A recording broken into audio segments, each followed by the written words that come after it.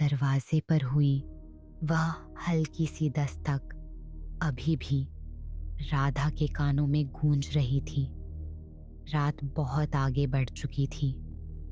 घर सोया हुआ था, हवा रुकी हुई। उसने दरवाजा बस 1 इंच खोला, इतना कि उसकी आंखें बाहर झांक सकें। वह वहां खड़ा था, चेहरे पर वही बेचैन चमक, सांसें थोड़ी भारी, जैसे वह रास्ते भर खुद से लड़ता हुआ आया हो। राधा की उंगलियां दरवाजे के किनारे पर जम गईं। वह चाहती थी कि वह पूछे क्यों आए, पर उससे पहले ही उसका दिल पूछ चुका था, तुम इस वक्त। उसकी आवाज कांपी नहीं, बस धीमी हो गई, बहुत धीमी। वह 1 कदम करीब आया। राधा पीछे नहीं हटी। कल की बात ने चैन नहीं लेने दिया। उसने फुसफुसाया। उसकी आवाज में वह गर्माहट थी जो किसी भी कमरे की हवा बदल देती है। राधा की सांस एक पल को अटक गई। कल रात, वही पल, वही निकटता, वही रुक जाना, वह अधूरा झुकाव जिसे उसने अनदेखा करने का नाटक किया था। पूरे दिन उसके दिमाग में यही एक बात घूमती रही, अगर वह पल तोड़ता और चलता तो क्या होता।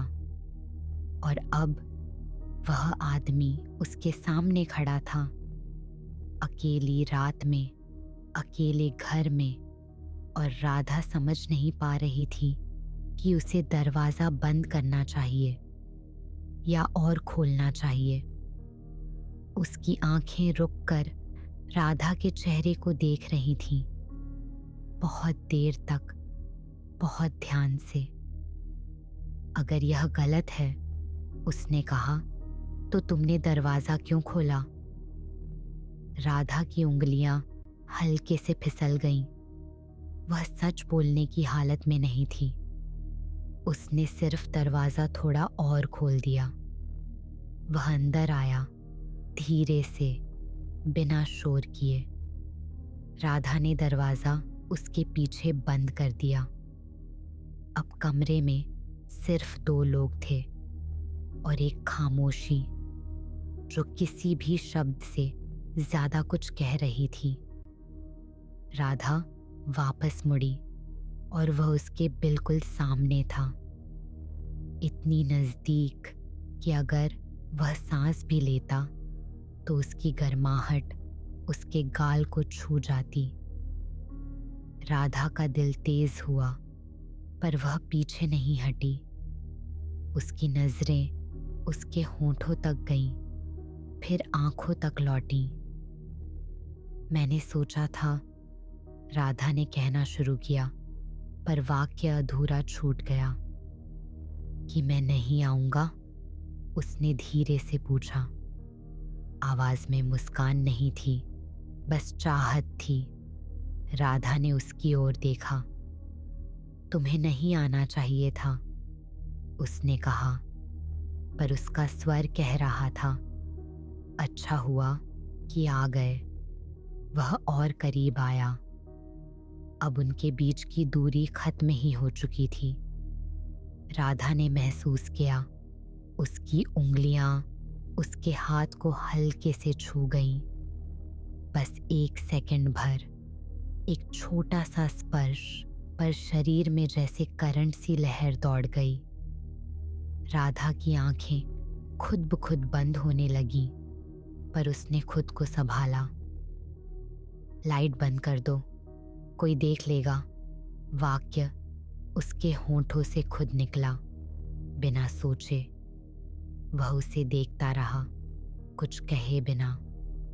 फिर उसकी उंगलियां उठी और दीवार पर लगी स्विच तक गईं। क्लिक, रोशनी बुझ गई। अंधेरे में राधा ने महसूस किया कि उसकी सांसें उसके बिल्कुल पास हैं। बहुत पास। एक गर्म, कांपती हुई निकटता ने उन्हें घेर लिया। अंधेरा अब खाली नहीं था, वह भरा हुआ था उन दोनों से, उनकी अधूरी बातों से, उनके न कहे गए इरादों से। अगर मैं करीब आ जाऊं, उसने धीरे से कहा, तो तुम रोक लोगी? राधा ने जवाब नहीं दिया। जवाब देना असंभव था। उसका हाथ अब भी उसके हाथ के पास था, इतना पास कि हवा की हल्की सी हरकत भी महसूस हो जाए। अंधेरे में उसने उसका हाथ ढूंढ लिया, नरमी से, किसी घबराहट के बिना, और उंगलियां आपस में हल्के से उलझ गईं। राधा की सांस रुकी। उसने उसे नहीं रोका। कल रात तुमने खुद ही, उसने कहना शुरू किया। मत बोलो।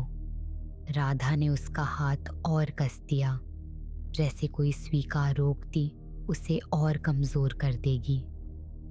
दोनों कुछ सेकंड यूं ही खड़े रहे, एक दूसरे की सांसों में सांस लेते हुए, और फिर वह उसके और करीब आया, इतना कि राधा को लगा उसके होंठ उसके माथे को छू भी सकते हैं। उसने ऐसा किया नहीं, पर वह दूरी अब नगण्य हो चुकी थी, इतनी कि राधा का दिल खुद ही आगे झुक सकता था।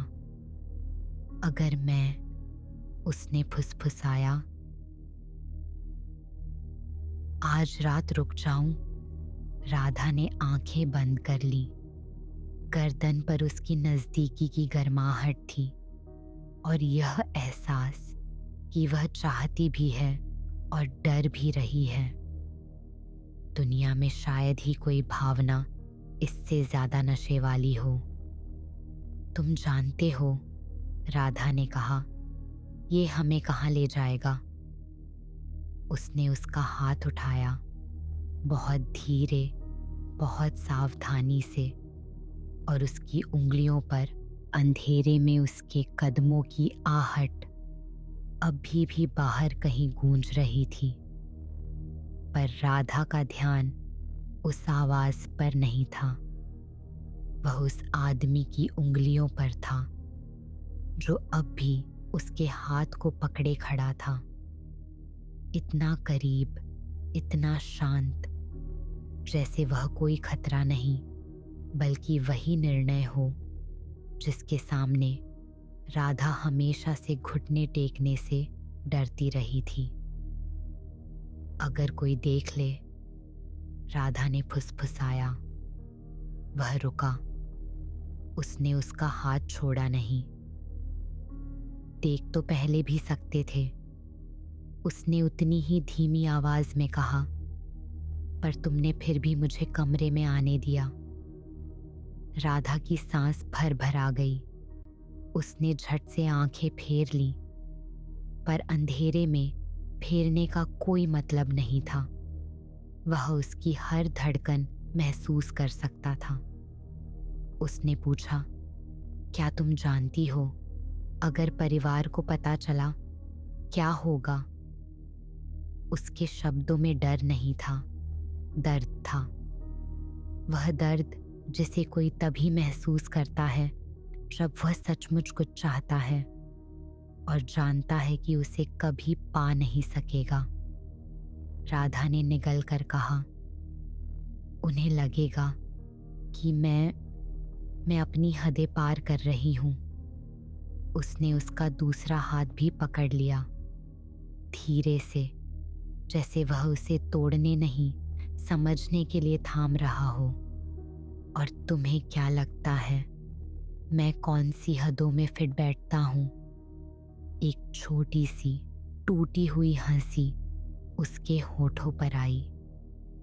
तुम्हारे परिवार में मेरा नाम तक लेना मना है।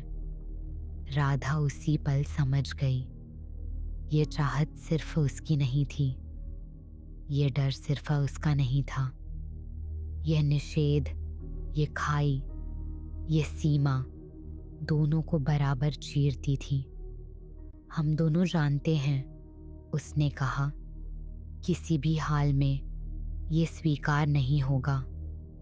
राधा की उंगलियां अचानक उसके हाथों में कस गईं, किसी भागने की वजह से नहीं, बल्कि उस सच्चाई की जलन से जिसे वे दोनों इतने समय से टालते आ रहे थे। मेरी माँ सोचती हैं, राधा ने धीरे से कहा, कि मैं हमेशा वही रहूंगी जो उन्होंने चाहा था, शांत, संयमी, नियमों में बंधी हुई। उसने सिर हिलाया।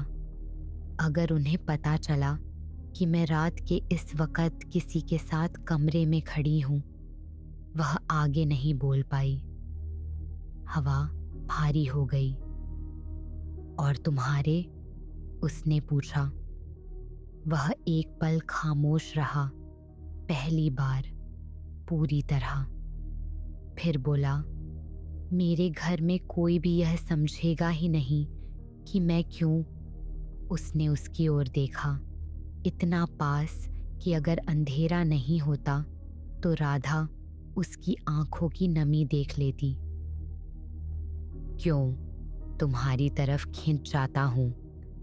राधा का दिल टूटने की कगार पर था, क्योंकि वही खिंचाव वह खुद अपने शरीर में महसूस कर रही थी।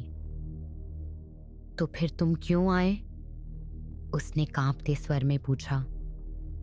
जब तुम्हें पता है कि हम दोनों के परिवार कभी इसकी इजाजत नहीं देंगे, तो तुम क्यों आए? वह उसके बिल्कुल और करीब आया, इतना कि अब उसकी सांसें राधा की गर्दन को छू रही थीं। उसने फुसफुसाकर कहा, क्योंकि तुम्हें भूलने की कोशिश तुम्हें देखने जितनी मुश्किल नहीं है, पर तुम्हें ना चाहना वह नामुमकिन है। राधा का दिल टूटकर फैल गया। यह कमजोर पल था, यह सबसे सच वह भी नहीं जानती थी।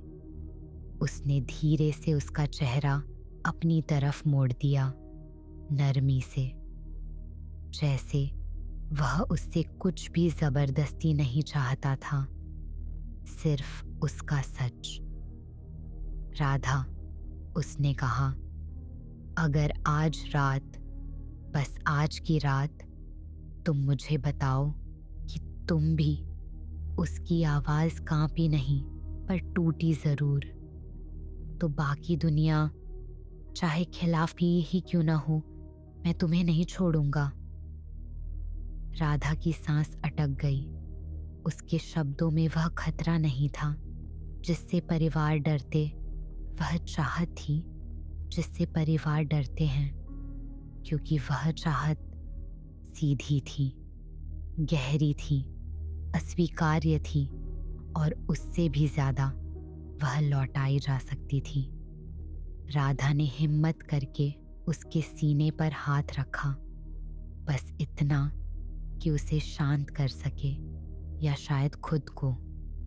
उसने हल्का सा धक्का नहीं दिया, बस महसूस किया गर्मी, करीब होने की सच्चाई, और वह धड़कन जो उसकी अपनी धड़कन के साथ तालमेल बना रही थी।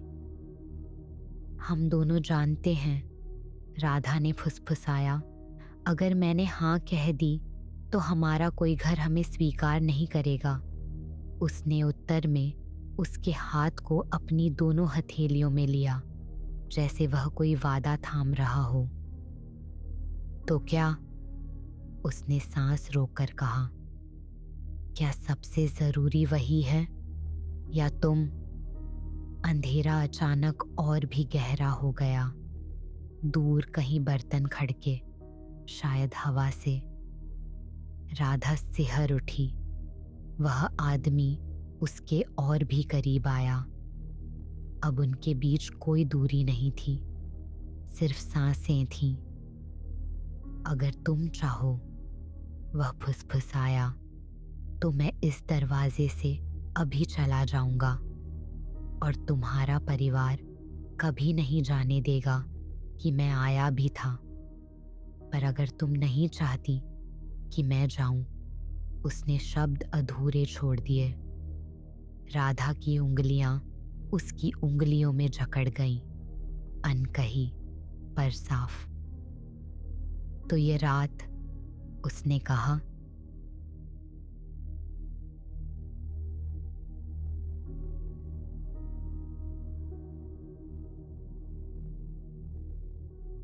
अंकिता ने हमेशा सोचा था कि आंधी तूफान साधारण बातें हैं। टिन की छत पर पड़ती बारिश, खिड़कियों का आधी रात को कांपना, हवा की लंबी कराह, वह सबकी आदी थी।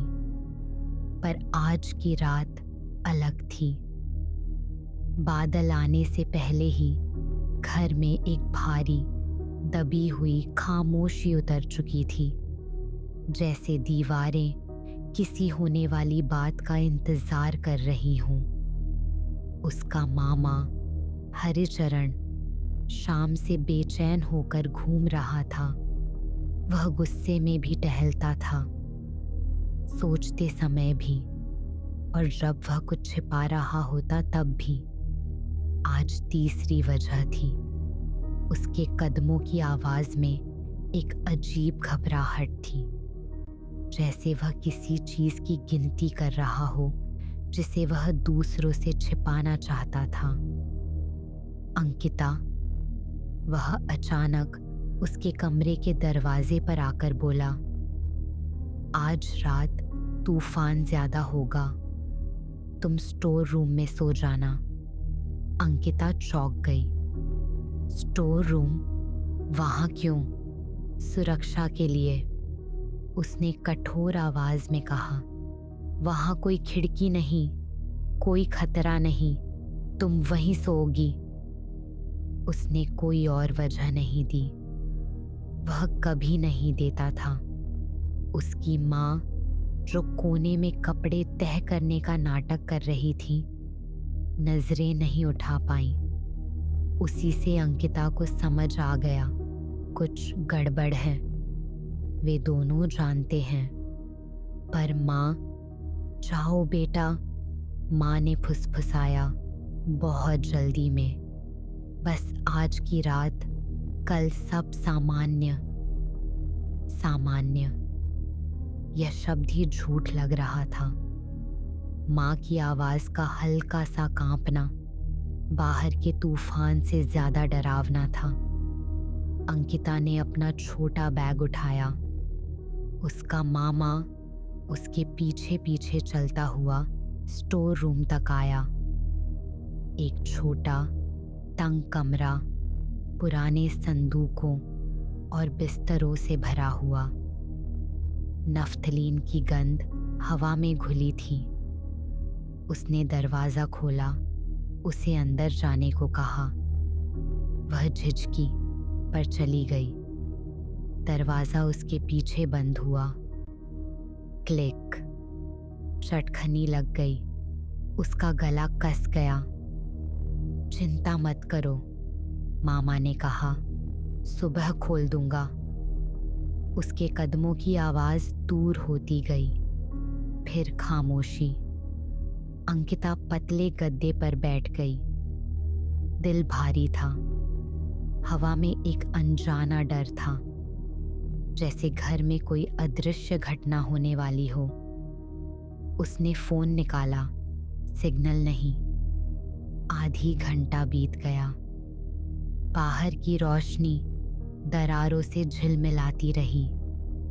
फिर आवाजें, पहले मामा की धीमी दबाई हुई, फिर माँ की कांपती हुई। वो आ जाएगा? हाँ, तुम चिंता मत करो। अगर अंकिता को पता चल गया तो उसे कुछ नहीं पता चलेगा। आज रात वो चुपचाप अंदर बंद रहेगी, बंद रहेगी।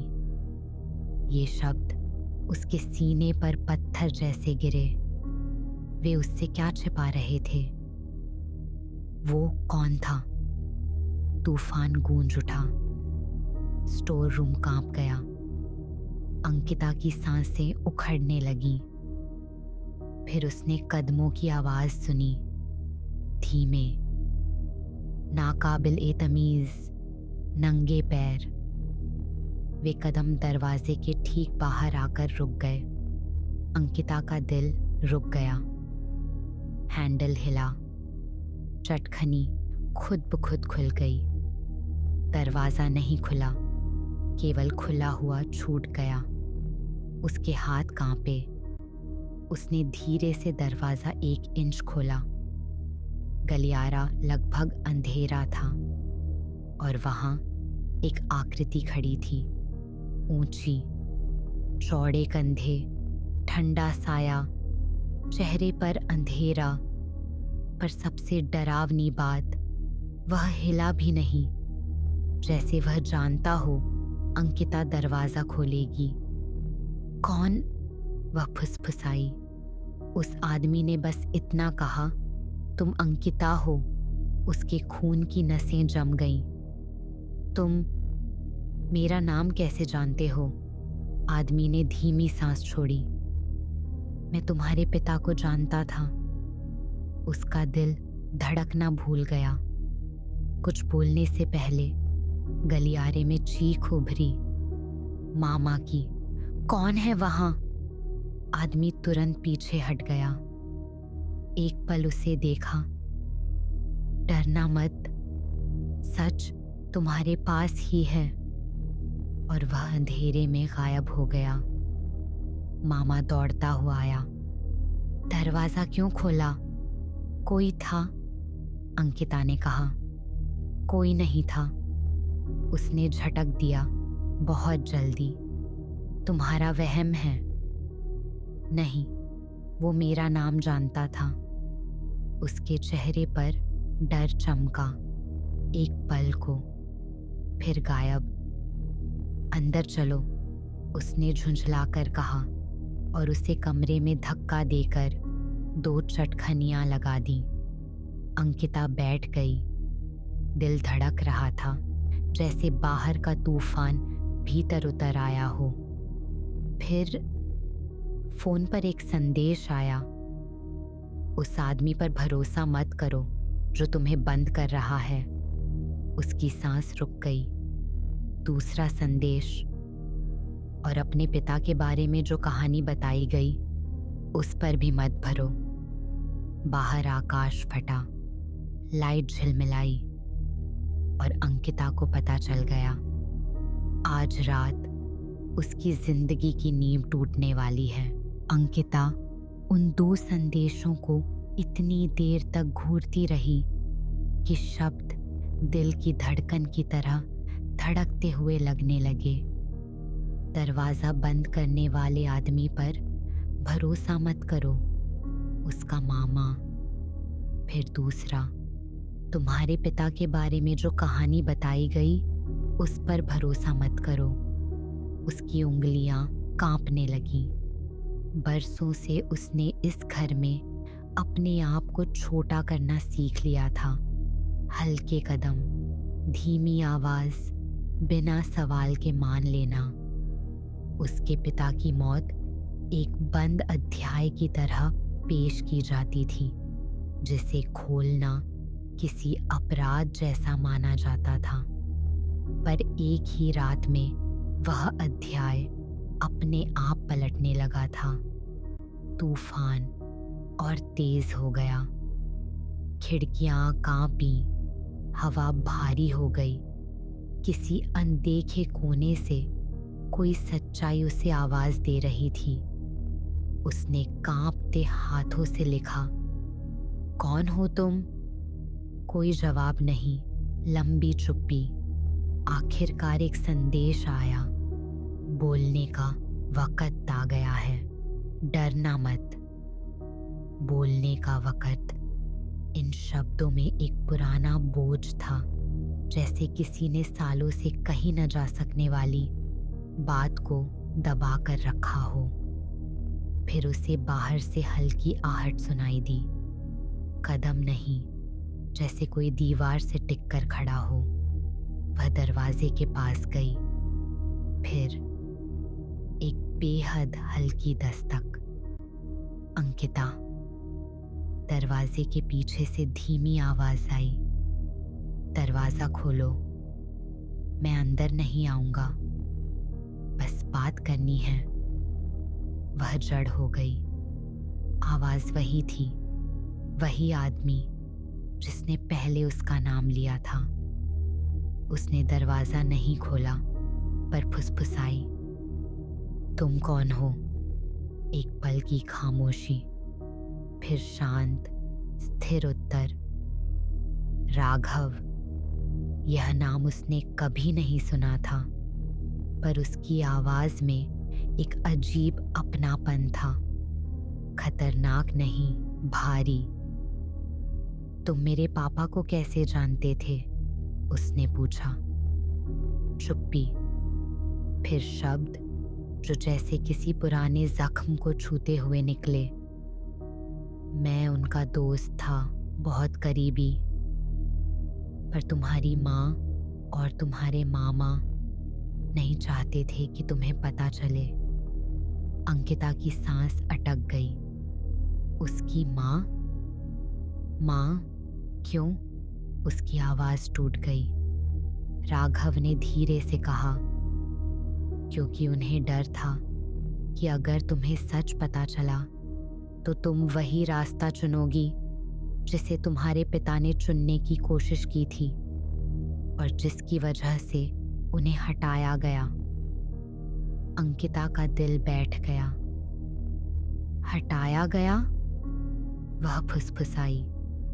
मतलब वो कोई दुर्घटना नहीं थी, राघव ने कहा। तुम्हारे पिता को किसी ने मार दिया था। उसके गले में शब्द अटक गए। माँ ऐसे झूठ नहीं बोल सकती, पर क्या उन्होंने सच छुपाया था? मामा, उसने मुश्किल से कहा। राघव की आवाज और निचली हो गई। तुम्हारे मामा सब कुछ पकड़कर बैठे हैं। तुम्हारे पिता की फाइलें, उनकी संपत्ति, उनका नाम और उनका वसीयतनामा। वह वसीयत कभी सामने नहीं आने दी गई। अंकिता के गाल पर आंसू बह गए। इतना बड़ा सच उससे छुपाया गया। तुम ये सब मुझे क्यों बता रहे हो? उसने कांपते स्वर में पूछा।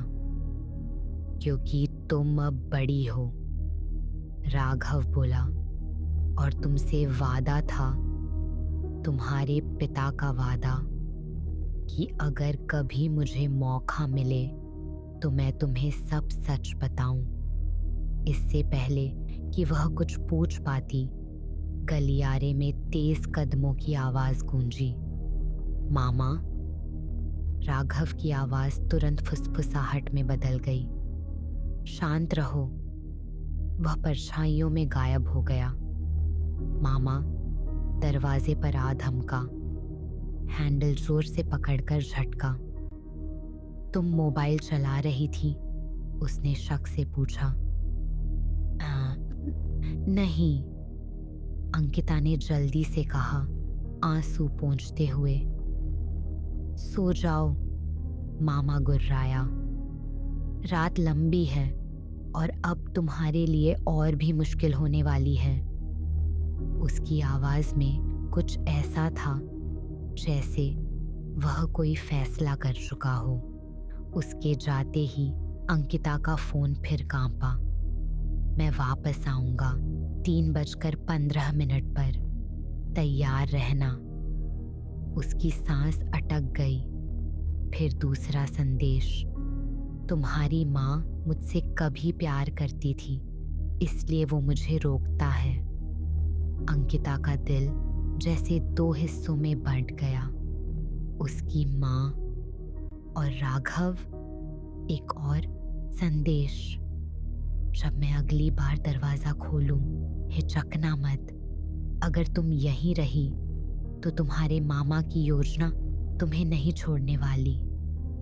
उसके हाथ ठंडे हो गए। वह कांपती हुई बैठ गई। अगले कमरे से उसे माँ के रोने की आवाज आई, धीमी, टूटी हुई, जैसे कोई इंसान पहले ही किसी खोई हुई चीज का मातम कर रहा हो।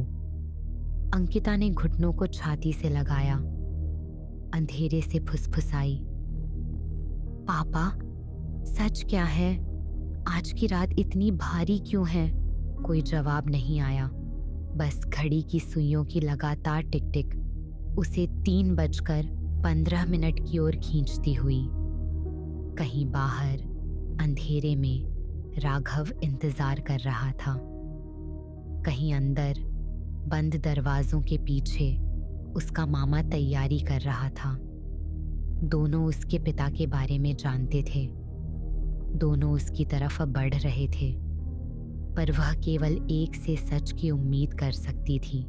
तूफान की आवाज और तेज होती गई, जबकि घड़ी धीरे धीरे उस समय की ओर बढ़ रही थी जिसे राघव ने कहा था।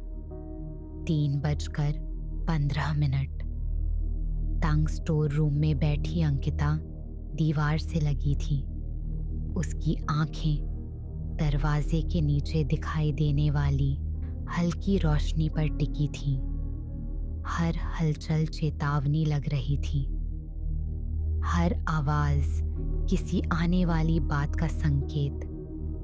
उसका मामा 2 बार पास से गुजर चुका था, दोनों बार धीमे कदमों से, दोनों बार जैसे वह सुन रहा हो, और एक बार उसे लगा वह दरवाजे के ठीक बाहर खड़ा रहा, जैसे सांसें गिन रहा हो। कुछ बन रहा था, कुछ ऐसा जिसे वह चाहता था कि अंकिता समझ न पाए या तैयार न रहे।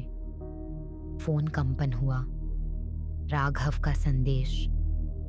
15 मिनट बचे हैं। जब मैं 2 बार दस्तक दूंगा, खोल देना। अगर वह मुझसे पहले पहुंच जाए तो भाग जाना। उसका दिल धड़क धड़क गूंजने लगा। वह बातों को नाटकीय नहीं बना रहा था, वह सचमुच खतरे की तैयारी करा रहा था।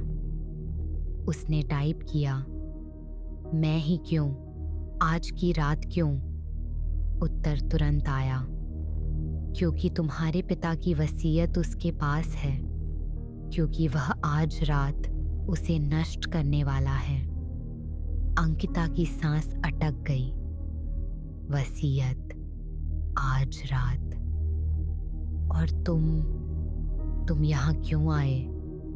इस बार उत्तर में कुछ देर लगी, क्योंकि तुम्हारी माँ ने मुझे कभी सबसे ज्यादा भरोसा किया था, क्योंकि तुम्हारे पिता मेरी तलाश में निकले थे जिस रात वो मारे गए, क्योंकि मैं दोनों को बचा नहीं पाया। अंकिता ने आंखें बंद कर ली। वह तय नहीं कर पा रही थी कि उस पर भरोसा करे या डर जाए। एक और बिजली कड़की। इस बार दरवाजा हिल गया और उसी के बाद कुछ खिसकने की आवाज। उसका मामा कुछ भारी चीज फर्श पर घसीटता हुआ। पहले लगा शायद कोई फर्नीचर है, फिर एहसास हुआ ये लकड़ी नहीं थी, ये कपड़ा था, एक बड़ा भारी कपड़ा। उसका दिल डूब गया। माँ की सिसकियां उसने फिर नहीं सुनी थी। डर की एक सुई सी चुभन उसके सीने में उतर गई। खिसकने की आवाज बंद हो गई। खामोशी, घनी दम घोंटू खामोशी। फिर का दरवाजे के ठीक बाहर फुसफुसाहट। अंकिता, मामा की आवाज, पर वैसी नहीं जैसी हमेशा होती थी। यह नर्म थी, सधी हुई, बहुत सधी हुई। बेटा, दरवाजा खोलो। अंकिता के रोंगटे खड़े हो गए। दरवाजा खोलो, उसने दोहराया। मुझे तुमसे एक जरूरी बात करनी है। अंकिता की आवाज कांपी। अभी नहीं मामा, सुबह सुबह तक, उसने कहा, कुछ लोग जिंदा नहीं रहेंगे। उसका खून जम गया। लंबा, भारी विराम। फिर उसने ठंडे सुर में कहा, तुम्हारी माँ रुककर अब हमारे बीच नहीं आ सकती। अंकिता ने अपने मुंह पर हाथ रख लिया ताकि कोई आवाज ना निकल जाए। फोन फिर कंपन हुआ। राघव, मैं अंदर हूं। वह तुम्हारे पास है, चुप रहो। एक और संदेश, तुम्हारी माँ जिंदा है, मुझे मिली है, बेहोश थी पर सांस चल रही है। अंकिता की आंखों से राहत के आंसू बह निकले।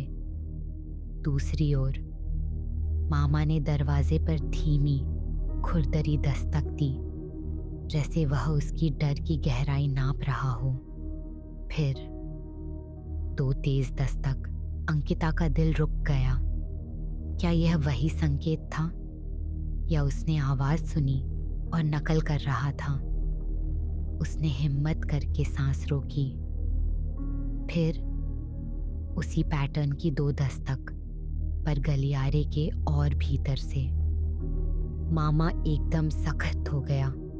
उसने यह सुना, पहली दस्तक उसकी नकल, दूसरी राघव। अगले ही पल पीछे से किसी चीज के टूटने की आवाज आई। कांच बिखरा, कुर्सी उलटी। 2 आवाजें, एक भारी, गुस्से भरी मामा की, एक शांत, सटीक राघव की। फिर एक गहरा, भारी धड़ाम। फोन चमका। अब अंकिता ने एक झटके में चटखनी खोली। गलियारा मंद रोशनी में डूबा था। मामा जमीन पर गिरा था, आधा होश में, माथे से खून बहता हुआ। राघव उसके पीछे खड़ा था, भारी सांसें लेते हुए। चलो, उसने कहा, अभी। अंकिता माँ के कमरे की ओर भागी। मम्मी, उन्हें बाहर ले गया हूँ। राघव बोला, सुरक्षित हैं अभी के लिए। उसके पास आकर वह रुका। पहली बार अंकिता ने उसे साफ देखा। भीगा हुआ, फटा हुआ कॉलर, आंखों में थकान, अपराध बोध और दृढ़ता का मिश्रण। तुमने माँ को ये सब अकेले सहने क्यों दिया? उसने कांपती आवाज में पूछा। राघव की जौ भिंची। मैं समय पर लौटा नहीं। मामा पीछे से हिला, भारी कराह के साथ। राघव ने अंकिता का हाथ थामा। चलो, सवाल बाद में। वे भागे, पर आधे रास्ते में अंकिता रुक गई। वसीयत। उसकी आवाज बर्फ जैसी ठंडी थी। मुझे चाहिए, अभी, आज रात ही। राघव ने उसकी आंखों में देखा और समझ गया। वह बच्ची नहीं थी, सच के लिए तैयार थी। ठीक है, उसने कहा, पर जल्दी। उन्होंने स्टडी खंगाली। कुछ नहीं मिला। राघव की आंखें तेज हुईं। वह सब कुछ अपने कमरे में छुपाता था। वे कमरे में घुसे। राघव सीधा अलमारी पर गया। पीछे की लकड़ी थपथपाई। अंदर खोखली थी, गुप्त खांचा। अंकिता ने फुसफुसाया। उसने बोर्ड हटाया और एक पुराना, सील बंद लिफाफा बाहर आया। किनारों से पीला, धूल लगा हुआ, नाम लिखा, उसके पिता का, उसकी माँ का, उसका अपना। इतने में मामा की भारी, गुस्से से भरी दौड़ती हुई आवाज पास आई। राघव ने लिफाफा पकड़ा और दूसरी हाथ से अंकिता का। भागो। वे पिछवाड़े पहुंचे। बारिश ने दोनों को भिगो दिया। आम के पेड़ के नीचे, खोटी सी ओट में उसकी माँ लेटी थी, बेहोश पर जिंदा। अंकिता उसके पास घुटनों के बल बैठ गई।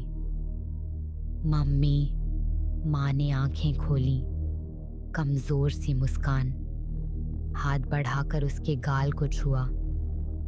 बेटा, सच, आज रात नहीं रुकेगा।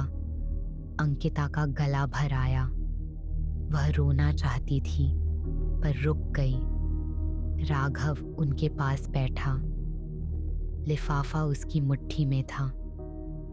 अब आगे क्या? अंकिता ने पूछा। उसने उसकी ओर देखा, गहरी थकान और पुराने प्यार से भरी नजर। आगे सच सामने आएगा, उसने कहा। तुम्हारे पिता का भी, तुम्हारी माँ का भी, मेरा भी और तुम्हारे मामा का भी। उसने लिफाफा उसके हाथ में रखा। ये तुम्हारा था, हमेशा से। अंकिता की उंगलियां कांपी। लिफाफा भारी लगा, कागज से भी ज्यादा भारी, सालों की चुप्पियों से भारी। माँ ने धीमे से कहा, अंकिता, राघव, वह पहले मेरा सब कुछ था, तुम्हारे पापा से पहले। अंकिता की सांस रुक गई। राघव ने नजरें झुका ली, दर्द से भरी हुई, और माँ फुसफुसाई, वह हम दोनों के लिए लौटा है, बस देर से। आसमान गरजा। पीछे से मामा ने चीख लगाई, अंकिता! राघव खड़ा हो गया, माँ और बेटी को अपने पीछे किया। पीछे मत देखना, उसने कहा। अंकिता ने नहीं देखा।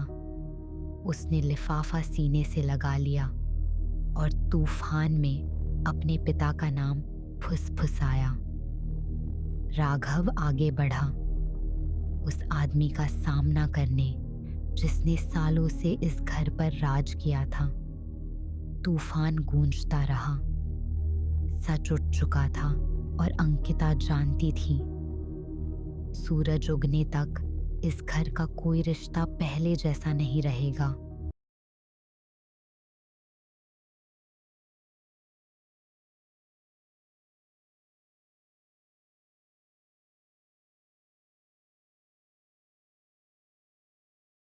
आरिनी दिल्ली में घर के दरवाजे पर सूटकेस लिए खड़ी थी।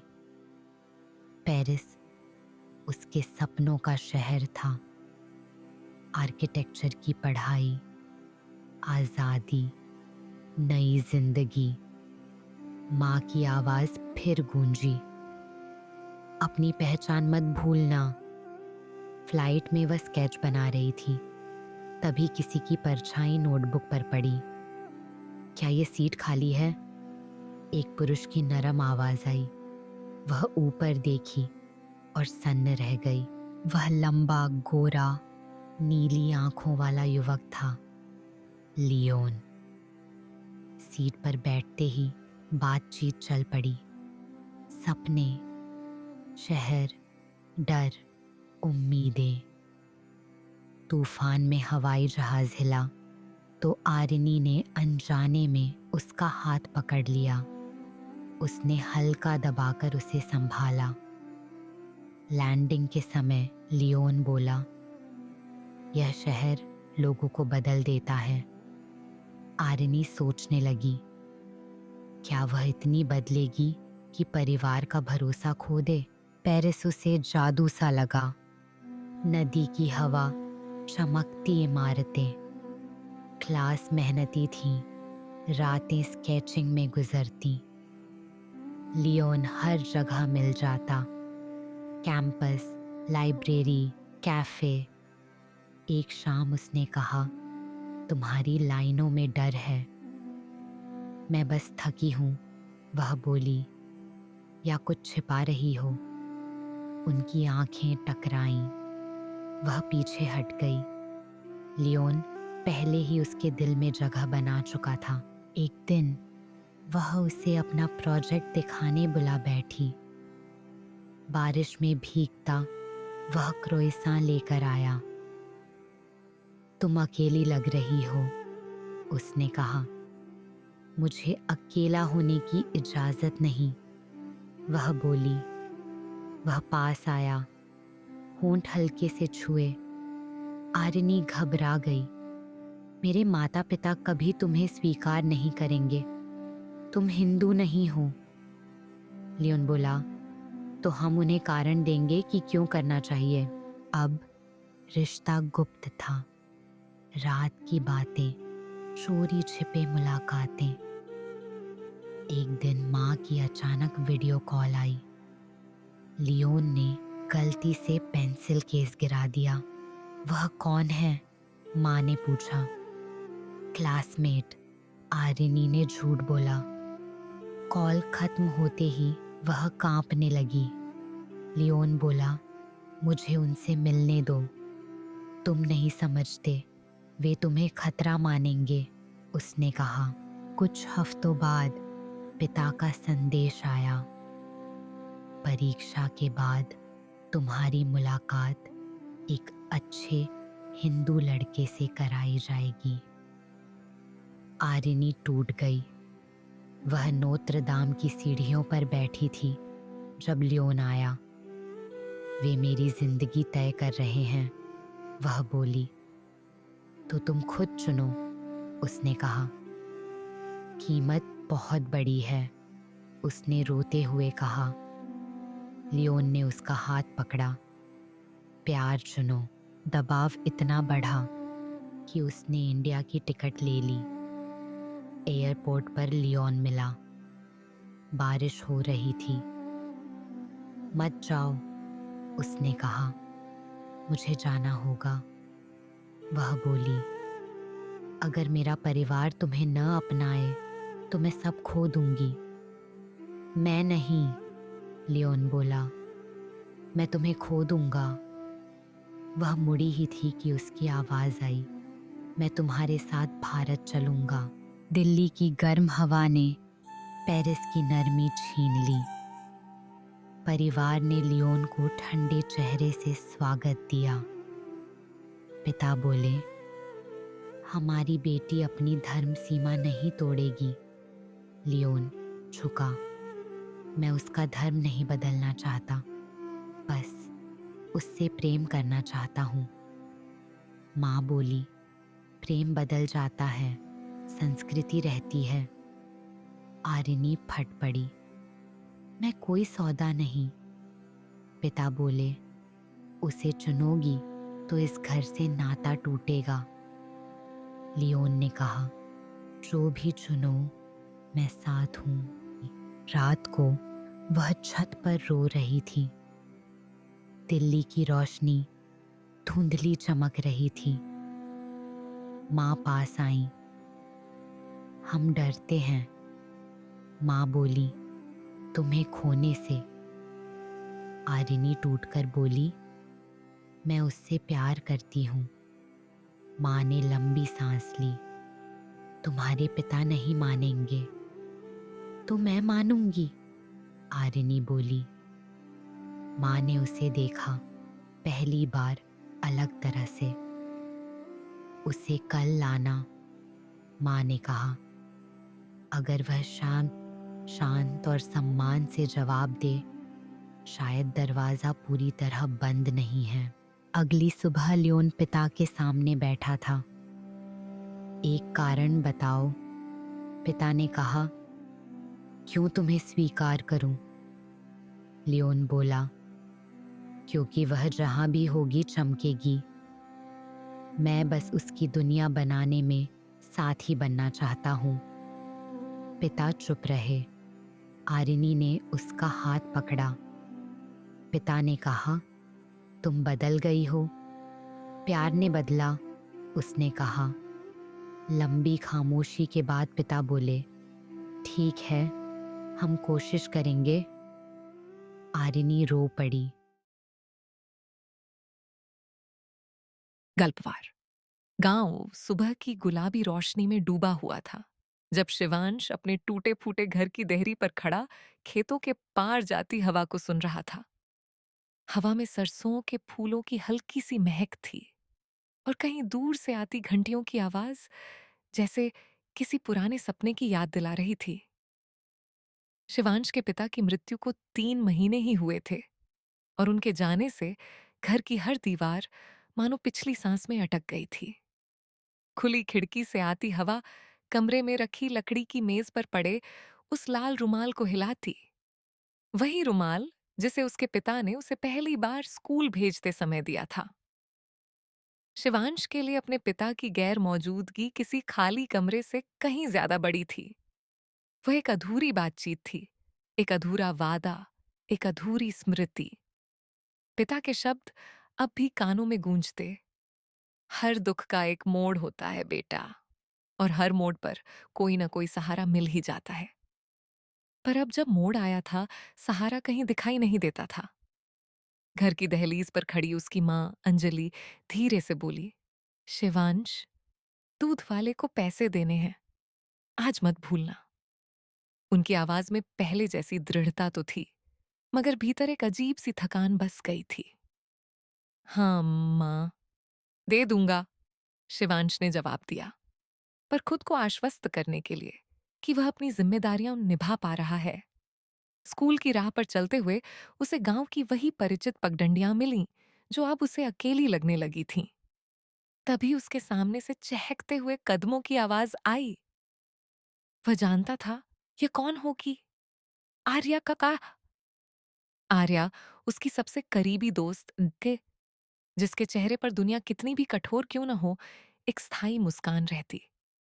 उसके बाल सुबह की धूप में चमक रहे थे और आंखों में एक अनोखी चमक थी, जैसे हर दुहक को सुनने और हर खुशी को बांटने की शक्ति उनमें छिपी हो। कितना चुप चुप चल रहे हो, उसने हल्के से मुस्कुराते हुए कहा। आज भी पापा याद आए? शिवांश ने सिर हिलाया। उसके गले में कुछ अटक सा गया। आर्या उसके साथ चलने लगी। जानते हो, कल मैंने सपना देखा, तुम्हारे पापा तुम्हें कुछ देना चाह रहे थे। पता नहीं क्या, लेकिन उनके हाथ में कुछ चमक रहा था। अजीब सपना था, पर मैं जागी तो लगा जैसे उन्होंने मुझे कुछ कहने की कोशिश की हो। शिवांश अचानक रुक गया। मेरे पापा? तुमने उन्हें देखा? आर्या ने गंभीर होकर सिर हिलाया। हाँ, और वह परेशान लग रहे थे, जैसे कोई बात अधूरी हो। शिवांश का दिल एक धड़कन रुककर फिर तेजी से चल पड़ा। उसके पिता हमेशा कुछ न कुछ छुपा कर रखते थे, जैसे उनकी नजर में हर चीज का सही समय होता था। क्या सच में कोई बात अधूरी थी? स्कूल उसके लिए केवल पढ़ाई का स्थान नहीं था, बल्कि वह जगह थी जहां अपने दुखों को थोड़ी देर उतार कर वह सामान्य बच्चा बनने की कोशिश करता। पर आज उसके मन में बेचैनी कुछ ज्यादा थी। आर्या की बातों ने उसके भीतर उम्मीद और डर दोनों जगा दिए थे। शाम तक आसमान में बादलों की लंबी लकीरें खिंचाई थीं। घर लौटते हुए उसने अपने पिता के पुराने कमरे का दरवाजा खोला, जिसे वह कई दिनों से बंद रखे था। भीतर धूल जमी थी। पुरानी मेज पर एक लकड़ी का बक्सा रखा था, वही बक्सा जिसे उसके पिता हमेशा ताला लगाकर रखते थे। कंधों पर गहरी सांस लेते हुए उसने बक्सा खींचा। ताला पुराना था और एक धक्का देने से ही खुल गया।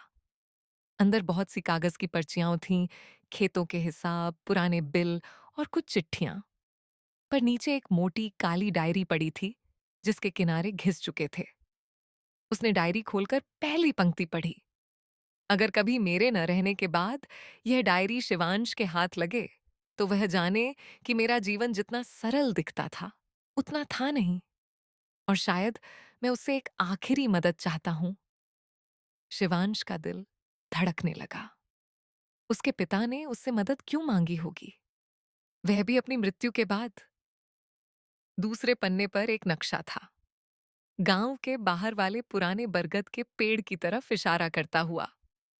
वही पेड़ जिसके बारे में कहानियों में कहा जाता था कि वहां रात में कोई नहीं जाता।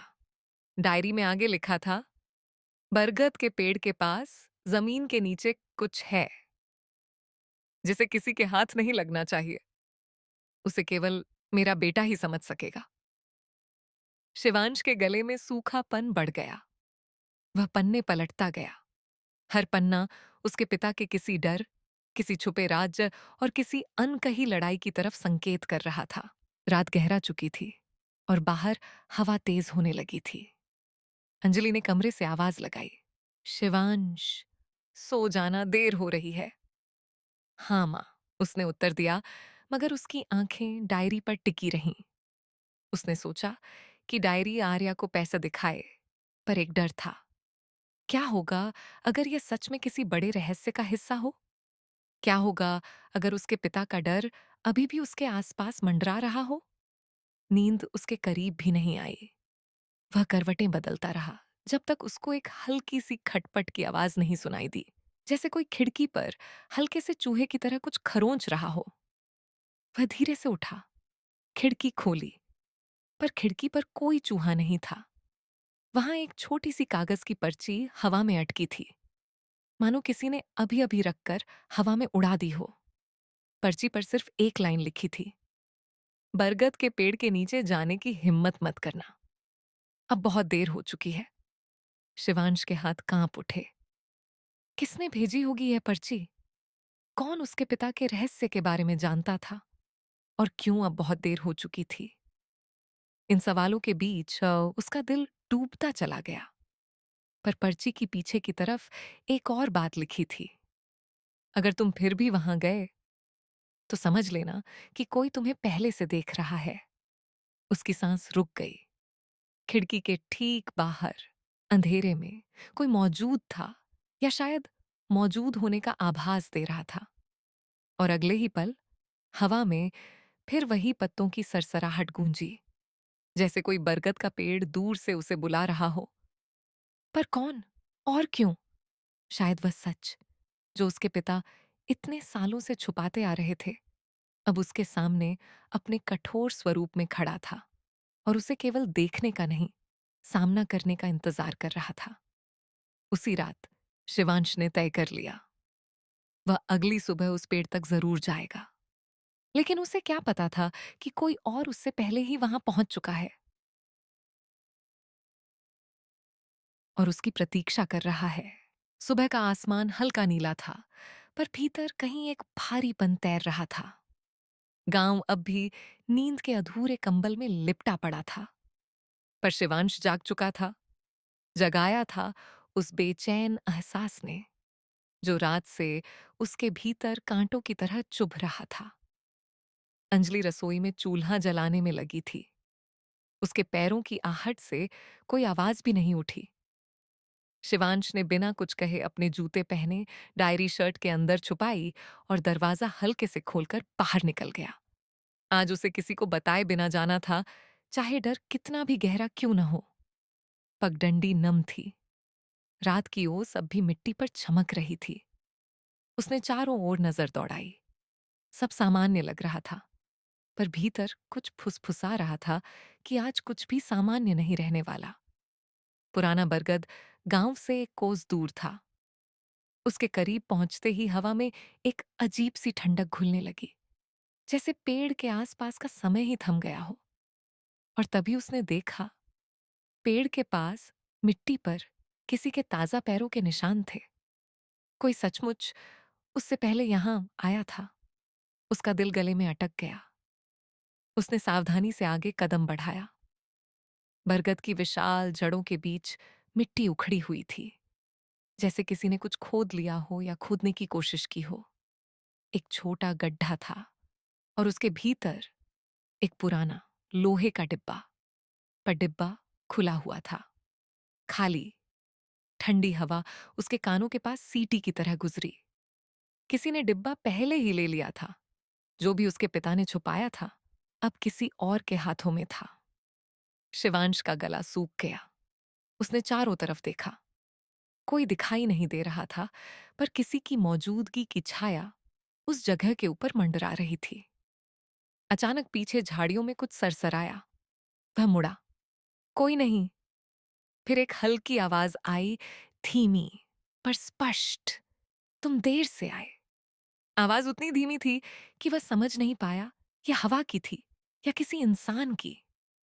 उसने सांस रोके, पेड़ के पीछे कदम रखे और तभी कंधे पर किसी का हाथ पड़ा। वह चौंक कर पीछे हटा। आर्या उसके सामने खड़ी थी, लेकिन उसकी सांसें तेज थीं, चेहरा पीला, आंखों में एक ऐसी घबराहट जिसे वह पहले कभी नहीं देखा था। तुम यहां कैसे? शिवांश ने बोलना चाहा, पर आर्या ने उसके शब्द बीच में ही काट दिए।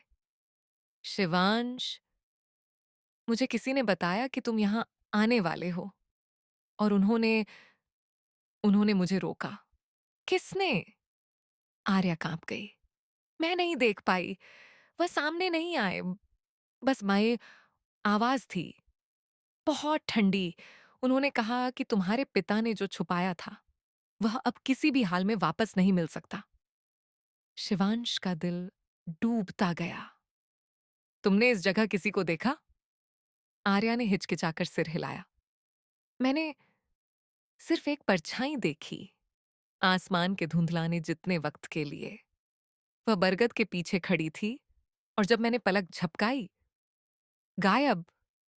हवा का एक तेज झोंका उठा और पेड़ की शाखें खड़खड़ाकर झूल गईं, जैसे कुछ चेतावनी दे रही हों। शिवांश ने धीरे से पूछा, तुम्हें बताया किसने कि मैं यहां आऊंगा? आर्या ने होंठ भींच लिए। मुझे सुबह एक पर्ची मिली थी, उसी हस्तलिपि में जैसी कल रात तुम्हें मिली थी। शिवांश का खून जैसे जम गया। तो कोई उन्हें देख रहा था, हर कदम पर, हर क्षण। वह नीचे झुककर गड्ढे में पड़े खाली डिब्बे को छूने ही वाला था कि अचानक आर्या ने उसका हाथ पकड़ लिया। मत छूना इसे। क्यों? आर्या की आंखें फैल गईं। क्योंकि जिस परछाई को मैंने देखा, उसने कहा था कि अगर तुमने इस जगह को हाथ भी लगाया तो इसका मतलब होगा कि तुमने रास्ता चुन लिया है, ऐसा रास्ता जिससे वापस आना आसान नहीं होगा। शिवांश ने धीरे से हाथ पीछे खींच लिया। कुछ क्षण दोनों चुप रहे। हवा पेड़ की शाखों को मोड़ती रही और दूर कहीं से एक कुत्ते का भौंकना गूंज उठा। आर्या, शिवांश ने फुसफुसाते हुए कहा, तुमने उस परछाई से और कुछ सुना? आर्या ने कांपते हुए सिर हिलाया। हाँ, उसने कहा था कि तुम्हारे पिता ने तुम्हें सच से बचाने की बहुत कोशिश की, पर अब जब तुम यहां आ गए हो तो कोई भी तुम्हारी रक्षा नहीं कर पाएगा। शिवांश की रगों में सिहरन दौड़ गई। पर क्यों? मेरे पिता ने आखिर छुपाया क्या था? आर्या ने धीमे स्वर में उत्तर देने की कोशिश की। शायद, पर वह वाक्य पूरा कर पाती उससे पहले ही हवा अचानक पूरी तरह स्थिर हो गई। ऐसा लगा जैसे दुनिया एक पल के लिए रुक गई हो और उस मृतसी शांति में पेड़ के पीछे से किसी के कदमों की साफ आवाज गूंजी, भारी, धीमी, बेहद ठंडी। आर्या का चेहरा सफेद पड़ गया। शिवांश धीरे धीरे मुड़ा। बरगद की जड़ों की छाया में कोई खड़ा था। आकृति धुंधली थी, पर आंखें आंखें नहीं थीं, सिर्फ अंधेरा था, गहरा, निगल जाने वाला।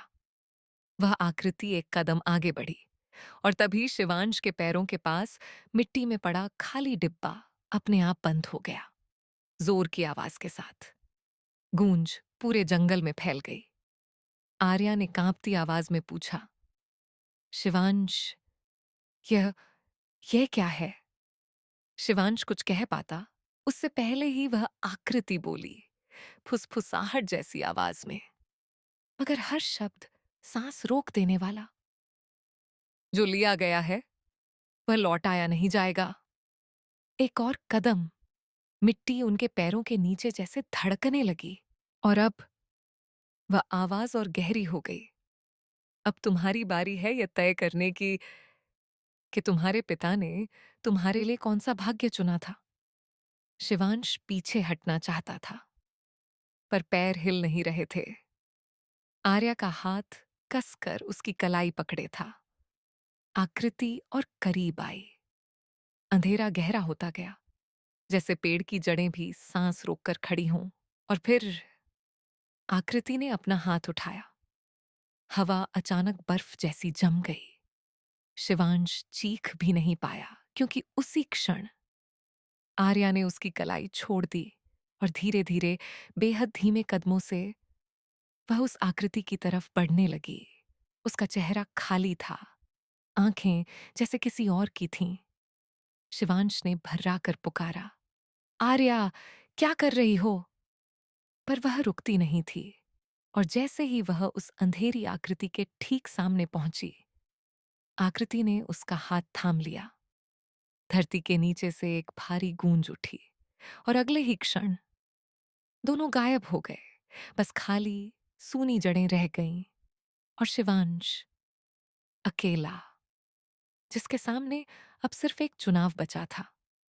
बरगद की छाया के भीतर से आखिरी बार एक आवाज आई, धीमी, टूटती हुई, अगर उसे वापस पाना चाहते हो तो डायरी के आखिरी पन्ने खोलो। हवा फिर चल पड़ी, पर अब उसमें सरसों की महक नहीं थी, सिर्फ खोए हुए कदमों की प्रतिध्वनि।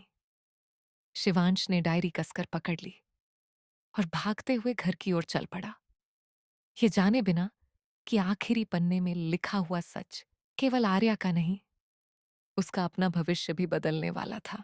संध्या की रोशनी पहाड़ों की ढलानों पर ऐसे बिखर रही थी जैसे किसी ने पिघला हुआ सोना हवा में उछाल दिया हो। उस रोशनी के बीच बैठी थी आर्या, एक ऐसी लड़की जिसकी आंखों में बचपन से ही किसी अनजाने सवाल की प्यास थी। गांव छोटा था, पहाड़ ऊंचे थे और वर्षों से हर संध्या को इन्हीं पहाड़ों की तरफ झुककर वह अपने भीतर उठते प्रश्नों को दबा देती थी। पर आज उसके भीतर कुछ अलग था, कुछ बेचैन, कुछ अधूरा, कुछ ऐसा जो उसे पहाड़ी रास्तों की ओर खींच रहा था। उसकी दादी हमेशा कहती थी, हर पहाड़ की चोटी के ऊपर अनगिनत कहानियां दबी होती हैं, लेकिन वे उन्हीं को सामने आती हैं जिनका दिल किसी खोज में डूबा हो। और शायद आर्या का दिल अब पूरी तरह खोज में डूब चुका था। घर की मिट्टी की दीवारों पर उकेरे गए चिन्हों के अर्थ उसे अब भी समझ नहीं आते थे। 3 मुड़े हुए वृत्त, एक ऊर्ध्व तीर की तरह खड़ी रेखा और उसके पास आधा चांद। दादी कहा करती थीं कि ये चिन्ह बहुत पुराने हैं, उनके पीछे किसी भूली बिसरी वंश कथा का राज छिपा है, पर उससे आगे कुछ नहीं बताती थीं। दादी की मृत्यु के बाद वे चिन्ह जैसे उसके सपनों में आकर फुसफुसाते थे, जंगल की अजनबी हवा की तरह, अस्पष्ट पर बेचैन करने वाले। उस शाम जब सूरज ढल रहा था, आर्या ने पहली बार महसूस किया कि दुनिया उसके आसपास नहीं, बल्कि उसके भीतर घूम रही है। उसने अपने भीतर उठती उस अजीब पुकार को नकारने की कोशिश की, पर वह पुकार जैसे उसकी नसों में उतर गई थी। वह उठी और बिना किसी को बताए पहाड़ी रास्ते की तरफ बढ़ चली। रास्ता संकरा था, पेड़ों की शाखाएं हवा में हिलकर छायाएं बना रही थीं और हर कदम के साथ उसे लग रहा था कि दुनिया उसे एक ऐसे द्वार की ओर ले जा रही है जिसे वह हमेशा से खोलना चाहती थी। रात उतरने लगी, जुगनू हवा में चमक रहे थे जैसे किसी अदृश्य हाथ ने उन्हें रास्ता दिखाने के लिए भेजा हो। आर्या चलती रही और जंगल के भीतर एक बेहद पुराना मंदिर दिखाई दिया, पत्थरों से बना, आंशिक रूप से टूटा हुआ, पर उसमें एक अनोखी गरिमा थी। उसने मंदिर को दूर से देखा तो ऐसा महसूस हुआ कि वह उसे बुला रहा है। भीतर प्रवेश करने पर एक अजीब सी खामोशी ने उसे घेर लिया। हवा थमी हुई थी, मानो सदियां बीत चुकी हों और समय ने यहां आना छोड़ दिया हो। मंदिर के भीतर एक पत्थर की मूर्ति थी, किसी देवी की, पर उसकी आकृति सामान्य देवियों जैसी नहीं थी। उसके माथे पर वही 3 मुड़े हुए वृत्त और आधा चांद उकेरा था। आर्या का दिल धड़क उठा, वही प्रतीक जो उसके घर की दीवारों पर थे। क्या यह कोई संकेत था? सवाल उसके भीतर तूफान की तरह उठे, पर उत्तर कहीं नहीं थे। उसी समय उसके पीछे पत्तों की चरमराहट हुई। वह चौंक कर मुड़ी। एक अजनबी खड़ा था, लंबा, सांवली त्वचा, चेहरे पर हल्की दाढ़ी और आंखें, ऐसी आंखें जिन्हें देखकर लगा कि वे किसी दूर के समय को जानती हैं। वह शांत खड़ा था, जैसे उसकी मौजूदगी जंगल की चुप्पी में घुल गई हो। तुम यहाँ क्यों आई हो? उसने धीमी पर गहरी आवाज में पूछा। आर्या ने कोई जवाब नहीं दिया। न देने का कारण डर नहीं था, बल्कि यह था कि वह खुद नहीं जानती थी कि वह यहाँ क्यों आई थी। अजनबी आगे बढ़ा और मूर्ति के करीब खड़ा होकर बोला, ये कोई साधारण मंदिर नहीं है। और तुम कोई साधारण लड़की नहीं हो। तुम्हारे भीतर जो पुकार उठी है, वह कई पीढ़ियों से सोई थी। आर्या का दिल धड़कने लगा। तुम कौन हो? उसने फुसफुसाकर पूछा। नाम जरूरी नहीं, वह बोला। अभी नहीं, लेकिन ये जान लो कि जो कुछ तुम्हारे साथ हो रहा है, वह एक कोरी संयोग नहीं। तुम्हारे वंश ने एक वादा किया था, और वह वादा अधूरा है। वह आगे कुछ कह पाती, उससे पहले मंदिर की दीवारों पर उकेरे गए पुराने चिन्ह मंद मंद चमकने लगे। अजनबी की आंखों में कोई भय नहीं था, बल्कि एक गहरी स्वीकृति थी। उसने अपनी जेब से एक धूल भरा ताबीज निकाला, जिस पर वही चिन्ह बने हुए थे। उसने ताबीज को आर्या की ओर बढ़ाया। यह तुम्हारा है, उसने कहा।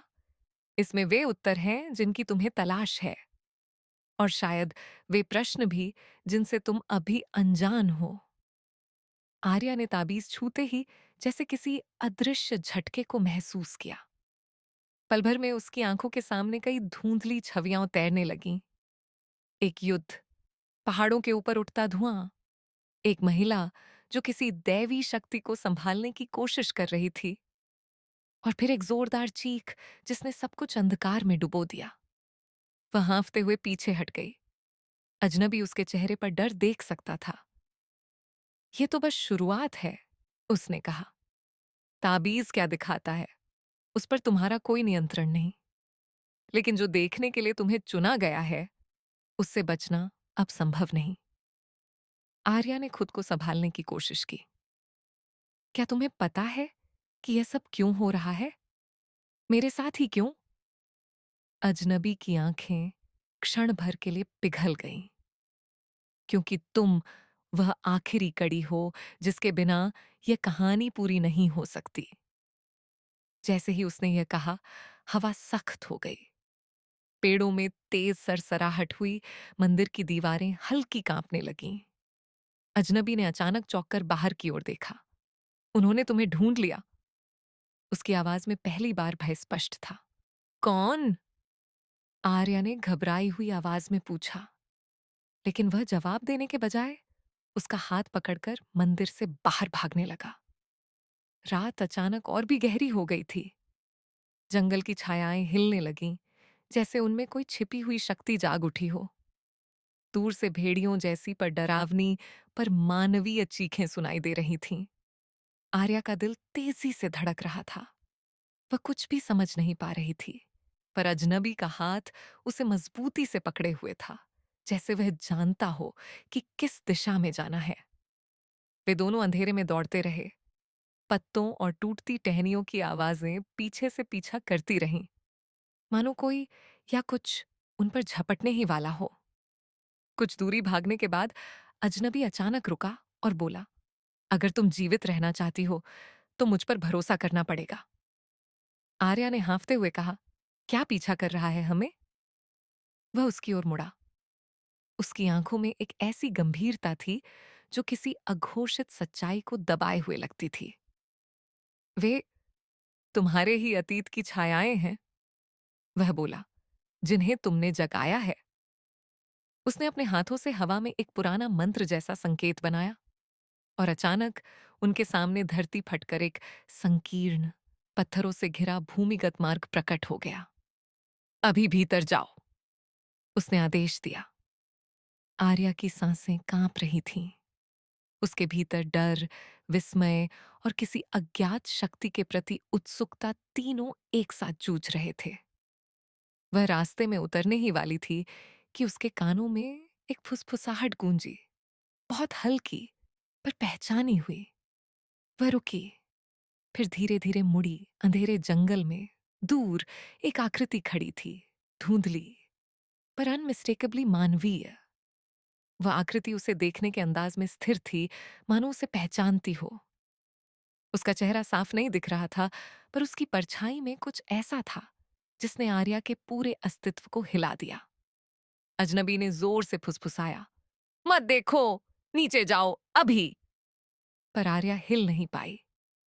वही आवाज फिर गूंजी, इस बार और स्पष्ट। आर्या। यह वही आवाज थी, उसी व्यक्ति की जिसकी मृत्यु उसने अपनी आंखों से देखी थी। और वह आकृति अब धीरे धीरे उसकी ओर बढ़ने लगी। हर कदम के साथ हवा और भारी और ठंडी होती जा रही थी। कहानी यहीं रुक जाती है। आशा टूटे आंगन से नंगे पैर भाग रही थी। लगता था सब बिखर रहा है, पिता का कर्ज, माँ की चुप्पी, उसके गिरते नतीजे। नीम के पेड़ के पास पहुँचते ही हवा बदल गई। जड़ों से एक सुनहरी चमक उठी, वैसी ही जैसी दादी मीरा की मौत वाली रात थी। बच्ची, एक गर्म सी आवाज आई। आशा रुक गई। वही आवाज, मुलायम, हंसी भरी। मत टूटो, दादी की आत्मा बोली। तुम अकेली नहीं हो। हफ्तों बाद आशा ने गहरी सांस ली। चमक में एक धुंधली आकृति बनी, जैसे कोई साड़ी पहने सांझ की रोशनी में खड़ी हो। आशा का डर पिघलकर लालसा बन गया। दादी, वह फुसफुसाई। आत्मा ने हल्का सिर झुकाया। तुम्हारी परेशानियां गांठें हैं, दादी बोलीं। धीरे धीरे खुलेंगी। आशा की आंखें भर आईं। कैसे? मैं हार रही हूँ। दादी की चमक डगमगाई। हिम्मत शोर नहीं करती, बस टिकती है। तभी पेड़ जोर से हिला, रोशनी मंद पड़ी। एक परछाई तुम्हें पीछा कर रही है, दादी बोलीं। एक झूठ जो अब तक खुला नहीं है। आशा का दिल धड़क उठा। सुबह खबर फैली, पिता को फिर पैसे चाहिए, वरना दुकान जाएगी। माता पिता की थकी बहस सुनकर आशा के भीतर पुराना अपराध उभरा। वही झूठ, पिछले साल का पेपर लीक, जिसका उसने फायदा उठाया था। क्या यही परछाई थी? बाहर बादल गरजे, हवा हल्की कांपी। सच आजाद करता है, दादी की आवाज आई। पर जमीन भी हिला देता है। आशा कांप उठी। वो गिरने से डरती थी। स्कूल में दबाव बढ़ता गया। अचानक जांच की घोषणा हुई। किसी ने चीटिंग की रिपोर्ट दी थी। आशा का पेट मरोड़ गया। दादी की ठंडी चांद सी उपस्थिति उसे महसूस हुई। तुम जानती हो सही क्या है, आत्मा ने कहा। पर आशा जड़ हो गई। सच बोलने से छात्रवृत्ति खतरे में पड़ती। दुकान भी डूब रही थी। घर जाते वक्त एक कुत्ता अंधेरे कोने पर भौंका। वहाँ एक लंबी काली परछाई थी, उसकी नहीं। दादी की आवाज चुभी, वह तुम्हारे राजों पर पलता है। रात भारी थी। आशा जागती रही। परछाई दीवार पर फैलती चली आई। मुझे वो दे जो तुम छुपा रही हो, वो फुफकारा। आशा चीख पड़ी। तभी कमरे में रोशनी फैली। दादी उभर आईं और अंधेरा पीछे धकेल दिया। सच बोलोगी तो ये कुछ नहीं कर पाएगा, आत्मा ने कहा। आशा रो पड़ी। सच कहूंगी तो सब टूट जाएगा। दादी ने हाथ रखा। कुछ चीजें टूटकर ही बेहतर बनती हैं। परछाई हंसी, यह नहीं करेगी। अगले दिन दुकान सुनसान थी। पिता बनावटी मुस्कान में टूट रहे थे। परछाई हर कदम पर आशा से चिपकी। कुछ मत बताना, वो फुसफुसाती। मसालों की शेल्फ के पास दादी फिर दिखी। वो तभी ताकतवर है जब तुम डरती हो, उन्होंने कहा। वह तुम्हारी चुप्पी से जन्मा है। आशा कांपी। सच बोलूंगी तो सबको निराश कर दूंगी, दादी ने कहा। परिपूर्ण नहीं, सच्ची बनो। आशा ने कठिन सांस ली। शाम को तूफान आया। परछाई विशाल होकर उसके ऊपर झुकी। तुम्हारा भविष्य मेरा है, दादी तेज रोशनी में प्रकट हुई। बस, उन्होंने कहा। आशा, बोलो। आशा के भीतर तूफान उठा। उसने आंखें बंद की। मैंने चीटिंग की थी। परछाई चीखी, दरारें पड़ी। फिर कहो, दादी बोली, बिना शर्म के। आशा ने दोबारा कहा, मैंने गलत किया। रोशनी ने अंधेरे को चकनाचूर कर दिया। परछाई धुएं की तरह गायब हो गई। दादी की चमक नर्म हो गई। अब तुम मजबूत हो, उन्होंने कहा। अगले दिन आशा ने शिक्षक को सब बता दिया। सजा हुई, पर बर्बादी नहीं। दोबारा परीक्षा, कड़ी चेतावनी, पर एक मौका। बाहर धूप खिली। दादी की आवाज आई, सच नई राहें खोलता है। दिन बीते। आशा ने दिल लगाकर पढ़ाई की। घर में भी सबने मिलकर समस्याएं संभालनी शुरू की। रात को दादी फिर आई, धुंधली, थकी। मैं बस तुम्हें याद दिलाने आई थी कि तुम मजबूत हो, उन्होंने कहा। आशा रो पड़ी। मत जाओ। दादी ने उसके गाल को छुआ। अब तुम्हें मेरे बिना भी चलना आता है। रोशनी सुबह की तरह फैल गई। पुनः परीक्षा वाले दिन वो नीम के पेड़ के पास रुकी। पत्ते हल्के से हिले, मानो आशीर्वाद। दादी, उसने कहा। शाखों में एक छोटा सा चमकता आकार नाचा और सूरज में खो गया। आशा शांत मन से स्कूल की ओर चली। अब उसे किसी परछाई का डर नहीं था। उसकी ताकत अब उसकी अपनी थी, सच और प्रेम से बनी। आशा टूटे आंगन से नंगे पैर भाग रही थी। लगता था सब बिखर रहा है, पिता का कर्ज, माँ की चुप्पी, उसके गिरते नतीजे। नीम के पेड़ के पास पहुँचते ही हवा बदल गई। जड़ों से एक सुनहरी चमक उठी, वैसी ही जैसी दादी मीरा की मौत वाली रात थी। बच्ची, एक गर्म सी आवाज आई। आशा रुक गई। वही आवाज, मुलायम, हंसी भरी। मत टूटो, दादी की आत्मा बोली। तुम अकेली नहीं हो। हफ्तों बाद आशा ने गहरी सांस ली।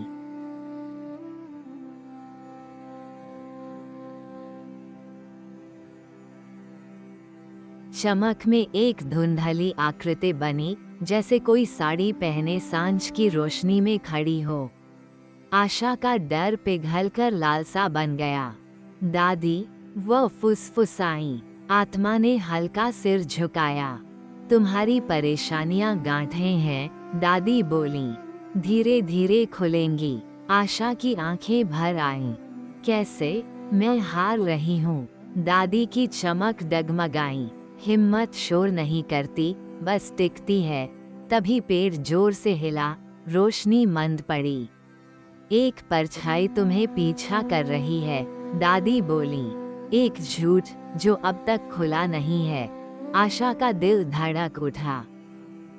सुबह खबर फैली, पिता को फिर पैसे चाहिए, वरना दुकान जाएगी। माता पिता की थकी बहस सुनकर आशा के भीतर पुराना अपराध उभरा। वही झूठ, पिछले साल का पेपर लीक, जिसका उसने फायदा उठाया था। क्या यही परछाई थी? बाहर बादल गरजे, हवा हल्की कांपी। सच आजाद करता है, दादी की आवाज आई। पर जमीन भी हिला देता है। आशा कांप उठी। वो गिरने से डरती थी।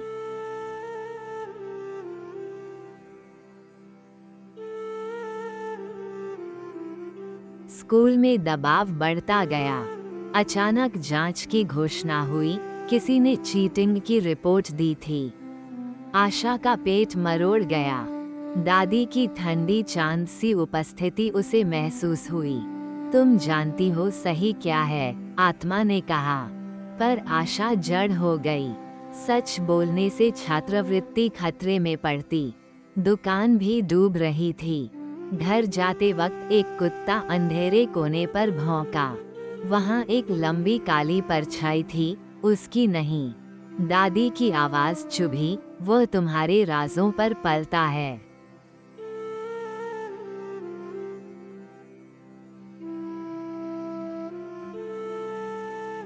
रात भारी थी। आशा जागती रही। परछाई दीवार पर फैलती चली आई। मुझे वो दे जो तुम छुपा रही हो, वो फुफकारा। आशा चीख पड़ी। तभी कमरे में रोशनी फैली। दादी उभर आईं और अंधेरा पीछे धकेल दिया।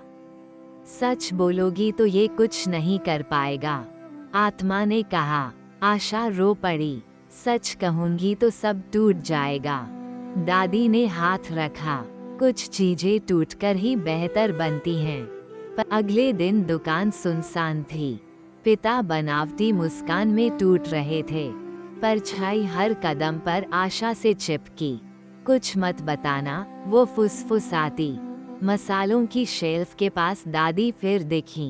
वो तभी ताकतवर है जब तुम डरती हो, उन्होंने कहा। वो तुम्हारी चुप्पी से जन्मा है। आशा कांपी। सच बोलूंगी तो सबको निराश कर दूंगी, दादी ने कहा। परिपूर्ण नहीं, सच्ची बनो। आशा ने कठिन सांस ली।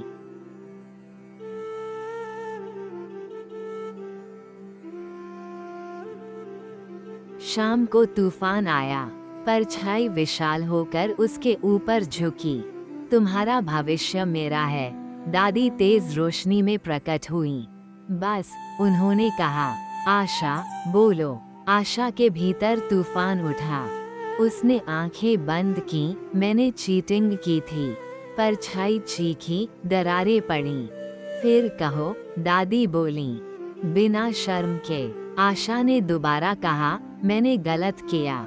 रोशनी ने अंधेरे को चकनाचूर कर दिया। परछाई धुएं की तरह गायब हो गई। दादी की चमक नर्म हो गई। अब तुम मजबूत हो, उन्होंने कहा। अगले दिन आशा ने शिक्षक को सब बता दिया। सजा हुई, पर बर्बादी नहीं। दोबारा परीक्षा, कड़ी चेतावनी, पर एक मौका। बाहर धूप खिली। दादी की आवाज आई, सच नई राहें खोलता है।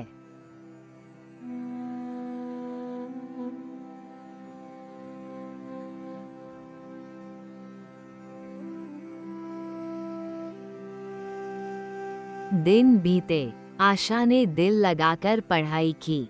घर में भी सबने मिलकर समस्याएं संभालनी शुरू की। रात को दादी फिर आई, धुंधली, थकी। मैं बस तुम्हें याद दिलाने आई थी कि तुम मजबूत हो, उन्होंने कहा। आशा रो पड़ी। मत जाओ, दादी ने उसके गाल को छुआ। अब तुम्हें मेरे बिना भी चलना आता है। रोशनी सुबह की तरह फैल गई।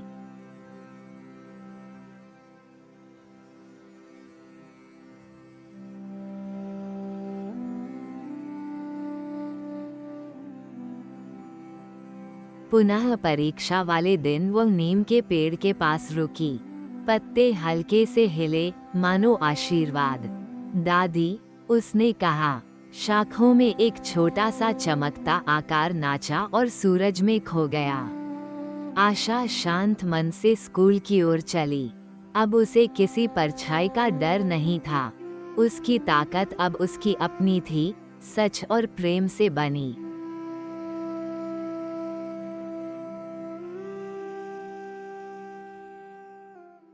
आरीनी रात की ट्रेन से जयपुर उतरी। सूटकेस कांप रहा था। पेरिस से तुरंत बुलावा आया था। तुरंत आओ, तुम्हारे पिता को आपकी ज़रूरत है। प्लेटफॉर्म की भीड़ से गुजरते हुए उसका दिल धड़क उठा। यूरोप में उसकी नई जिंदगी, काम, आज़ादी, जूलियन, सब अचानक दूर लगता था। बाहर उसका चाचा खड़ा था, चेहरा पीला। आरीनी, तुम्हें कुछ दिखाना है। उसने फ़ोन खोला। स्क्रीन पर तस्वीर उभरी और आरीनी का दिल रुक गया। फोटो में उसके पिता बेहोश पड़े थे, ट्यूबों से घिरे। 2 दिन पहले गिरे, चाचा बोले। बेहोश होने से पहले तुम्हारा नाम लेते रहे। कार में लौटती यादें उसे काटने लगी। घर की लड़ाइयाँ, माफ़ी और लौटने की उम्मीदें। अस्पताल पहुंचकर चाचा धीमे बोले, उनकी हालत ठीक नहीं है। आरीनी ने गहरी सांस ली और अंदर चली गई। वार्ड में दवा और डर की गंध थी। माँ थकी हुई खड़ी थी। उन्हें आवाज दो, माँ फुसफुसाई। आरीनी ने पिता का हाथ पकड़ा। पापा, मैं आ गई। पलकें हिली। पहचान, फिर शिकायत। तुम हमें छोड़ गई, उन्होंने बमुश्किल कहा। शब्द चुभ गए। अचानक मॉनिटर चीखा। नर्सें दौड़ी। बाहर जाइए, किसी ने कहा। दरवाजा बंद हो गया और पुराना अपराध बोध फिर जाग उठा। बाहर फोन बजा। जूलियन के कई संदेश। सुरक्षित हो? कब लौटोगी? हमें बर्लिन वाले निर्णय पर बात करनी थी। यूरोप ने उसे आजादी दी थी, पर भारत उसे खींच रहा था। माँ आई। डॉक्टर ने कहा, लंबी देखभाल लगेगी, हम अकेले नहीं कर पाएंगे। आरीनी सन्न रह गई। आप चाहती हैं मैं यहीं रुकूं? माँ चुप रही, पर जवाब साफ था। हवेली लौटकर बचपन का कमरा धूल से भरा मिला। एक बंद डिब्बा मिला।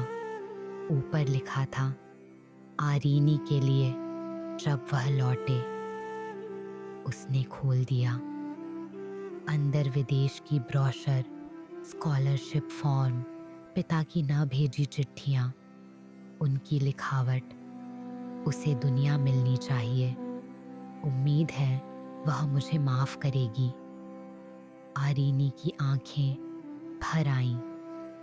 वह सोचती रही कि पिता उसे रोकना चाहते थे, पर वे तो चुपचाप उसके सपनों के लिए बचत कर रहे थे। खिड़की के पास बैठकर वह बारिश भरा शहर देखती रही। जूलियन का कॉल आया। मुझे थोड़ा समय चाहिए, उसने कहा। कितना? पता नहीं। पिता को लेकर सब बदल गया है। अगर तुम महीनों वहीं रही, हमारी योजनाएं बदल जाएंगी। कॉल कटते ही उसके हाथ कांपने लगे। उसे पहली बार लगा एक दुनिया जरूर छूटेगी। सुबह डॉक्टर ने कहा, वे सुधर रहे हैं, पर उन्हें शांति और भरोसा चाहिए। माँ की आंखों में उम्मीद थी। आरीनी बगीचे में चली गई। मोर की आवाजें, बादल, बेचैनी, सब उसे घेर रहे थे। भारत में रहना, देखभाल, त्याग, बंधन। यूरोप, काम, भविष्य, जूलियन, दोनों दुनिया उसे खींच रही थी। कुछ न कुछ टूटेगा, यही डर उसे खा रहा था। शाम को पिता पूरी तरह होश में आए। आरीनी, बैठो, उन्होंने धीमे कहा। मैं कठोर था, तुम्हें खोने के डर से। मैं सोचती रही, आप मुझे रोकना चाहते थे। वह रो पड़ी। उन्होंने सिर हिलाया। मैं चाहता था तुम उड़ो, बस ठीक से कह नहीं पाया। फिर बोले, अपनी जिंदगी चुनो। दरवाजे पर माँ की छाया सख्त हो उठी। माँ बोली, अगर तुम फिर चली गई, यह घर टूट जाएगा। मैं अकेली कैसे संभालूं? आरीनी के फोन पर जूलियन का संदेश चमका। अगर तुम नहीं लौटी, मैं मान लूंगी कि तुमने भारत चुना। दोनों तरफ की पकड़ मजबूत हो रही थी। पिता ने उसका हाथ दबाया। जाओ, डर के कारण रुकी तो सब दुखी रहेंगे। माँ मुड़ गई, कंधों में दर्द भरा। आरीनी कांप उठी। सुबह सूटकेस लेकर वह हवेली के द्वार पर रुकी। माँ आंगन में खड़ी थी। मैं लौटती रहूंगी, आरीनी बोली, पर अपनी राह खुद चुननी होगी। माँ ने उसके गाल को छुआ। तो हिम्मत से जाओ। एयरपोर्ट पर उसने आखिरी बार आसमान देखा। सोने सा चमकता मानसून। आज उसने फैसला किया था, भारत नहीं छोड़ा, यूरोप नहीं छोड़ा, बस डर को छोड़ा।